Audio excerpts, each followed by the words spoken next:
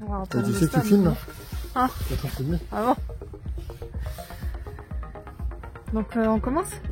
Bah tu comprends un peu derrière? Oui, je pourrais couper. Je peux me mettre à commencer quand je veux. Bon bah vas-y. On se recoiffe là? T'en prie. Bonjour à tous. Coucou. On se retrouve pour une nouvelle vidéo et là on va vous expliquer un petit peu où on en est. Déjà avant de commencer, je tenais à remercier toutes les personnes qui ont liké la vidéo, la dernière vidéo. Donc si vous ne l'avez pas vue, je vous mettrai le petit i juste au-dessus. Et puis merci à toutes les personnes qui se sont abonnées. Voilà. Donc où est-ce qu'on en est? À toi de commencer. Où est-ce qu'on est? On a réussi à avoir les personnes de la NTS pas sans mal. Donc par téléphone? Oui. Parce que en ligne c'est toujours le même bazar. On n'arrive toujours pas à y aller. Voilà, donc nous on se risque d'être obligé de devoir faire la carte grise française donc avec l'immatriculation française avant l'aménagement, parce que nous, Nebula, elle est sur la voie publique, donc pour une question d'assurance, on n'aura peut-être pas le choix. Donc c'est comme ça, donc on fera avec, et puis on attend les autorisations d'Iveco pour justement pouvoir faire cette immatriculation, donc que ce soit l'autorisation pour l'aménagement, comme l'autorisation, comme quoi le droit à ces cartes grises françaises, on va dire c'est comme ça. Le changement de carte grise française quoi. Voilà, il faut qu'il soit sous la conformité d'Iveco, et pour ça donc on paye déjà 700 € rien que pour avoir ce papier là. Et après il faut qu'il aille faire un contrôle chez Iveco, chez un garage Iveco, qui confirme la conformité française, comme quoi qui est bien conforme aux normes françaises. Et qui est habilité à le faire, donc il faut déjà avoir le garage qui soit habilité à le faire, donc, oui. Donc à voir où on va le faire. C'est ça, si ça j'ai peut-être trouvé. Mais bon pour l'instant c'est pas encore sûr. Non, donc là pour l'instant on est toujours en stand-by par rapport à ça quoi. Donc en attendant on avance sur tout ce qu'on peut avancer. On essaie de voir pour le côté mécanique, voir un petit peu les frais qu'il y a à faire. Et là... On n'a pas trouvé de Crésus. On a un petit peu de boulot quand même au niveau révision justement pour le repasser au contrôle technique. Il faut quand même qu'il soit remis aux normes en quelque sorte. Donc là on a des frais à faire. Donc ça reste quand même un véhicule qui avait 750 000 km. Ouais. On n'a pas de suivi d'entretien dessus. Donc il y avait des choses que j'avais repérées auparavant donc là-bas. Et comme on n'avait pas pu le monter sur une fosse ou... Vas-y. On n'avait pas pu le récit, ils n'avaient pas de fosse, on ne pouvait pas le monter en l'air, donc je ne pouvais pas vérifier dessous. Donc on a eu quelques petites surprises, mais rien d'inquiétant, on va dire, sur le véhicule quoi. Niveau structurel, aucune rouille, donc ça on l'a eu, aucune rouille sur le châssis. Bon, il a pris un petit coup à l'arrière droit, on ne sait pas trop ce qui s'est passé, mais ça c'est rien de méchant. Au niveau des suspensions, donc on est obligé de changer, il y avait un amortisseur avant qui fuyait, donc ça je l'avais pas vu, mais on change les deux à l'avant. C'est un petit billet qui passe par là. Et il faut quand même préciser que le fait qu'on ait vu tout ça, c'est parce que au niveau de ton entreprise, tu es quand même dans une entreprise qui est super sympa et où tu peux être un petit peu formé à la mécanique. Du coup, tu as une fosse voilà. Et on peut voir facilement ce qui se passe au niveau du car.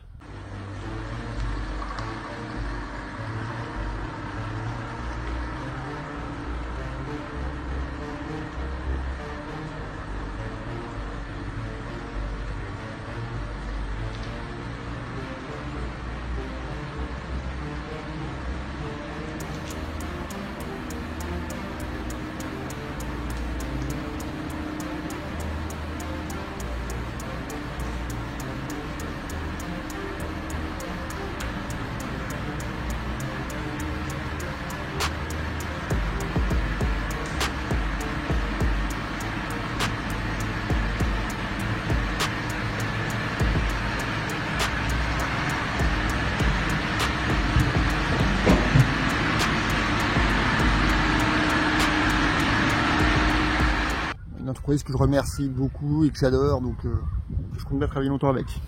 Oui, t'aimes ton boulot, donc ça c'est cool, ça t'apprend, c'est sûr, mais en même temps, tu aimes ce que tu fais, donc ça c'est cool. Et je suis un peu formé en mécanique aussi, donc c'est vrai que ça me permet de voir un petit peu.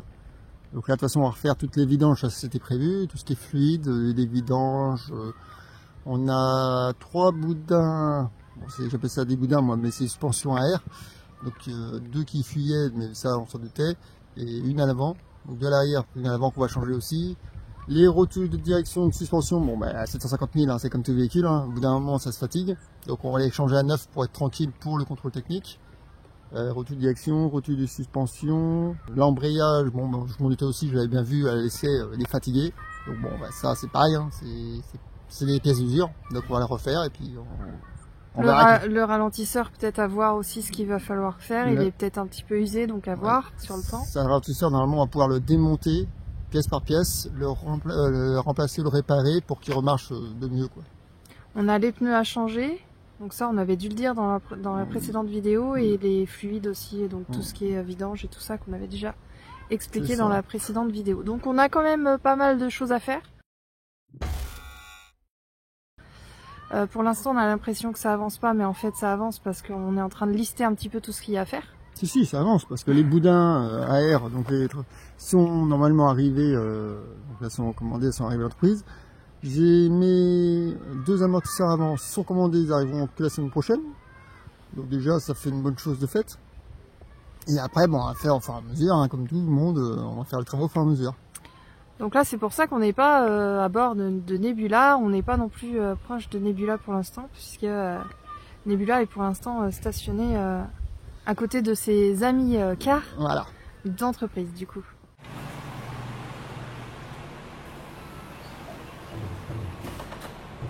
Et comme c'est un véhicule qui est toujours espagnol, au niveau des assurances, c'est très compliqué, voire quasiment impossible de l'assurer parce qu'il est espagnol. Même s'il y a les permis qu'il faut, il y a les papiers qu'il faut. C'est quand même vraiment compliqué d'assurer un véhicule étranger, même si on est français, qu'on a fait tous les papiers. Pour que les assureurs nous assurent un véhicule, c'est vraiment compliqué, on a vraiment du mal. Donc si vous avez, vous, des astuces, eh bien n'hésitez pas à nous le mettre en commentaire. Si on serait vraiment preneur. Si vous avez des assureurs, je sais pas, des astuces, eh bien n'hésitez pas, on est preneur d'informations. C'est aussi pour ça qu'on risque de le mettre en catégorie française pour pouvoir l'assurer correctement en transport en commun. Comme moi j'ai mon permis de transport en commun, il n'y a aucun souci. Et après on risque de le transformer au fur et à mesure. On va voir comment ça se passe. Repasser à la Dreal pour ensuite le repasser en catégorie C du coup pour pouvoir le rouler en poids lourd. Donc, ça, 2 fois, donc oui, on paiera 2 fois la Dreal, on paiera 2 fois certaines choses, mais tant pis, hein, c'est le jeu ma publicette. Ouais. Donc voilà où on en est au jour d'aujourd'hui. En découverte, on a vu aussi que donc, toutes les soutes sont bien à une fermeture à air. En France, on connaît toutes les soutes qui s'ouvrent manuellement avec une clé, alors que celle-là, tout s'ouvre avec de l'air. Donc c'est le petit vérin qui ferme, en gros, qui bloque les soutes et puis impossible de les ouvrir si on n'a pas d'air. Donc t'as aussi un mécanisme électrique, non? Non, ça c'est après le coupe-circuit. Je pensais pas qu'il y en avait un, mais il y a un coupe-circuit électrique dessus, donc c'est déjà une bonne chose. Donc ça, les batteries vont pas se vider comme ça, donc c'est très bien. Maintenant après on continue à faire les petites découvertes au fur et à mesure, à droite, à gauche. C'est ça. Donc là on tenait à faire le point quand même et à vous remercier vraiment infiniment pour toutes les personnes qui se sont abonnées, qui ont liké la précédente vidéo, qui nous soutiennent dans notre projet avec les commentaires. On a eu des beaux retours aussi en commentaire. Donc on tenait quand même à faire une petite vidéo pour vous dire notre avancée, même si il n'y a pas grand chose au final. Non. Il y a beaucoup d'infos mais pas grand chose vraiment concrète pour l'instant de fait. Non, après, véhicule étranger ou pas, il faut bien se méfier de certains pays, parce que certains pays c'est très compliqué de les faire importer. Je sais que moi je m'étais renseigné déjà par rapport à Dreal, donc l'Espagne c'était pas impossible, c'est faisable. Ça demande plus de temps, plus de papier, plus de sous-sous, malheureusement. Mais il n'y a rien d'impossible. Et si c'était à refaire, je recommencerais pareil sans problème. Oui, on regrette pas malgré qu'il y ait beaucoup de choses à faire dessus. On savait de toute façon qu'on aurait des surprises sur tous les véhicules qu'on achète. Je pense que vous êtes tous pareils, que ça soit voiture, camping-car ou car. Il y a forcément des frais, étant donné qu'ils ne sont pas neufs. Non, par contre, un des avantages qu'on a sur celui-là, c'est qu'on n'a pas d'accès moteur dans l'habitacle. Tout se fait par l'arrière du véhicule, donc comme je vous avais déjà expliqué, à partir des roues arrière jusqu'au coffre au rayon arrière, tout s'ouvre. Là. Donc tout s'ouvre entièrement. Donc c'est vrai que de ce côté-là, on peut être debout à côté du moteur, de la boîte, de la transmission, tout. On a accès à tout directement debout derrière. On n'est pas obligé de salir à l'intérieur du car pour aller en mécanique au niveau moteur. Donc moi je trouve ça un plus. Ouais, c'est vraiment cool pour faire la mécanique Ouais. du coup. Et pour l'instant, de ce que j'ai vu, il est quand même bien isolé par dessous, sur les côtés, donc il est bien conçu pour ça. Double vitrage aussi pour l'intérieur quand on va refaire, c'est vrai que c'est cool aussi. Et si j'avais dit des bêtises sur la première vidéo, donc c'est bien un modèle, donc c'est bien un Iveco. La commercialisation commerciale, c'est l'Obrador, et après c'est... Il est écrit Risbus dessus. Hein. Oui, mais Risbus c'est normal. Ouais. Et après c'est l'Euro-Rider D43 SRI. Et ça après, c'est encore des termes plus précis. Mais ça, voilà. Et donc le constructeur originel, c'est bien donc Iveco qui a fait le châssis. Après, le carrossier, c'est... J'ai mangé non. Merci, ça va me faire encore des trucs à couper. Tiens, là j'ai... Heureusement que nous avons les téléphones. Et pendant ce temps-là, on a Célia qui fait des rollers. On profite du beau temps pour sortir et vous faire cette petite vidéo. C'était donc le carrossier, c'est Hispano, donc qui était espagnol, bien, comme vous le devinez, c'est logique. Et c'était racheté par une filiale indienne qui est Tata Hispano Motor. Donc là on essaye, j'ai déjà essayé plusieurs fois de les contacter donc par différents moyens, que ce soit le mail, Messenger. Pour l'instant sans réponse, j'attends des nouvelles. Donc c'est bien ça, mais on va essayer de remonter la piste de la filiale pour essayer d'avoir plus d'informations, notamment sur tout ce qui a été l'entretien d'origine du car. Si on peut trouver les livrets aussi, je pense. Ça, j'ai aussi en trouvé quelques-uns. Donc livrer tout ce qui est électrique, on a réussi à en trouver, mais il faut qu'on arrive à remonter sur là où il était le car, pour voir si on arrive à avoir des informations sur tout ce qui est entretien qui a été, comment il a été entretenu et tout ça. Vu que c'est des modèles espagnols, ça n'a rien à voir avec la France. Et en fonction, on aura plus d'informations de ce côté-là. Donc on est toujours en train de chercher, de faire des démarches administratives, des démarches aussi pour trouver des infos un peu partout. Oui. Bah, comme les pièces. Les pièces et les personnes aussi qui peuvent nous répondre, comme pour Iveco là. La Iveco France. Et pour pouvoir passer après l'homologation. Ouais, voilà. Comme quoi que le véhicule est bien homologable, même s'il a son permis de circuler européen. Comme quoi qu'il est homologable par rapport aux normes françaises. Et suite de ça, on verra comment qu'on reçoit un premier, est-ce qu'on reçoit les deux, comment on va faire après d'ailleurs, on n'en sait pas encore pour l'instant. Bon, ça permet de faire tranquillement la mécanique, hein, et puis c'est tout. Donc là, on en est vraiment au fait que là, tu vas faire venir prochainement un mécanicien Iveco pour pouvoir voir un petit peu l'état de la boîte de vitesse. Oui. Et pour qu'on puisse estimer les frais à faire par rapport à la boîte de vitesse, parce que là, du coup, on évite de rouler avec, logique. C'est ça.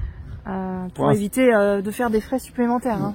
Pour l'instant, de ce qu'on a vu, à peu près un frais, bien sûr, hors main d'œuvre, parce que tous les 3 quarts vont se faire hors main d'œuvre, quand je fais avec un mécano génial. Donc, hors main d'œuvre de pièces, on va s'en tirer pour entre 1000 à 2000 euros de pièces d'achat. Donc avec main d'œuvre, je vous laisse même pas imaginer. Hors, on va dire, hors bien sûr, boîte de vitesse et ralentisseur, je parle. Donc voilà. Donc voilà pour cette vidéo. Elle était un petit peu brève, mais bon, comme on vous a dit, c'est pour vraiment remettre les choses au clair et pour bien intégrer toutes les choses au fur et à mesure qu'on fait ou qu'on est en train d'essayer de faire. Donc j'espère que cette vidéo vous aura plu et puis que ça vous aura un petit peu informé sur les démarches quand on achète un véhicule à l'étranger. Ce qui est pas simple chez Iveco, mais pas impossible. On devrait y arriver, je pense, quand même. Oui, ça va se faire. Ça mettra le temps que ça fera, mais ça se fera. N'oubliez pas de nous encourager avec les petits pouces quand même, les petits pouces en l'air. Et puis n'hésitez pas à commenter cette vidéo si vous le souhaitez également et à vous abonner à la chaîne pour suivre nos prochaines vidéos. Ça va. À bientôt. Allez, bye.